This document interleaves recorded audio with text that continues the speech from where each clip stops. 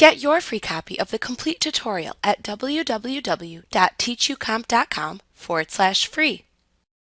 To add new accounts in QuickBooks Online, open the Chart of Accounts window by clicking the Settings button and then clicking the Chart of Accounts link under the Your Company heading in the drop-down menu to open the Chart of Accounts window. To add a new account, click the New button in the upper right corner of the Chart of Accounts window to open a new account pane at the right side of the window. Click a button at the top of the New Account pane to select the account type. Then select the account under which to place this account in the balance sheet or profit and loss report from the Save Account Under dropdown. If you select an existing account in this dropdown, then this account becomes its sub-account.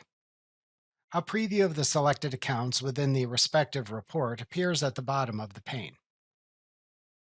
Then use the Tax Form section dropdown to select the tax form line for the selected account. Then enter the account's name into the Account Name field.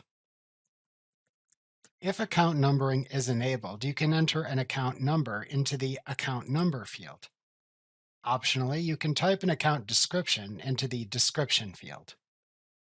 To enter opening balances and starting dates for most balance sheet accounts, meaning assets, liabilities, and equity, then click to expand the Starting Date and Opening Balance section to show a drop-down that lets you select the date for which to enter the account's opening balance. If you select the Other Date choice, then use the Start Date Calendar drop-down to select the desired date. Next, enter the account's balance as of the selected date into the Account Balance at End of Day Selected Date field. Opening balances ensure you have correct account balances for financial reports. If desired to learn more about opening balances, click the More Info on Opening Balances link. To finish creating the account, click the Save button in the lower right corner of the New Account pane.